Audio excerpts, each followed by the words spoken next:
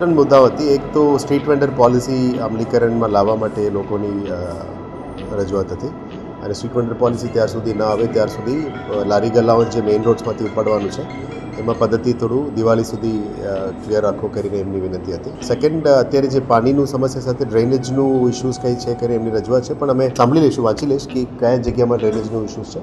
પણ મોટાભાગમાં સિટીમાં ડ્રેનેજનું કામગીરી બધું નવું કામ શરૂ થઈ ગયું છે ચોમાસા પછી, એટલે આવનારા દિવસોમાં ફૂલ ફોર્સમાં ડ્રેનેજનું કામગીરી ચાલુ થશે. પણ અમુક વિસ્તારમાં કદાચ ડમી મારવાથી પાણી ઉભરાયું હશે, એ અમે સોર્ટ આઉટ કરીશું અને ડ્રેનેજ ડિપાર્ટમેન્ટ સાથે પણ ચર્ચા કરીશું. ત્રીજું વોઝ રિગાર્ડિંગ હોર્ડિંગ્સ. એ કયા જગ્યામાં હોર્ડિંગ્સની રજૂઆત હતી. હોર્ડિંગ ફ્રી પોલિસીના એગેન્સ્ટમાં ના જવું જોઈએ કરીને અમે સાંભળીશું. એટલે એસ્ટેટ ડિપાર્ટમેન્ટ સાથે અને એન્ફોર્સમેન્ટ ડિપાર્ટમેન્ટ સાથે સંયુક્ત રીતે કામ કરીને કેવી રીતે નિકાલ થઈ શકે એના બાબતમાં આગળના દિવસના કાર્યવાહી કરી. ના, એ તો રજૂઆત છે.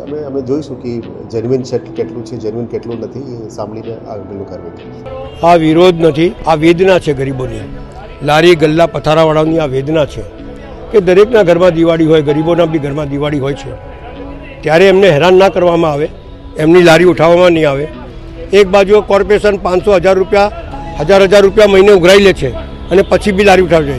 એટલે એમની વેદના લઈ અમે કમિશનર પાસે આવ્યા છે કે ભાઈ જ્યાં સુધી દિવાળી અને થોડા તહેવારો છે ત્યાં સુધી કોઈની લારી ઉઠાવવાની નહીં, એમને બી દિવાળી કરવા દો, એ વેદના લઈને આવ્યા છે.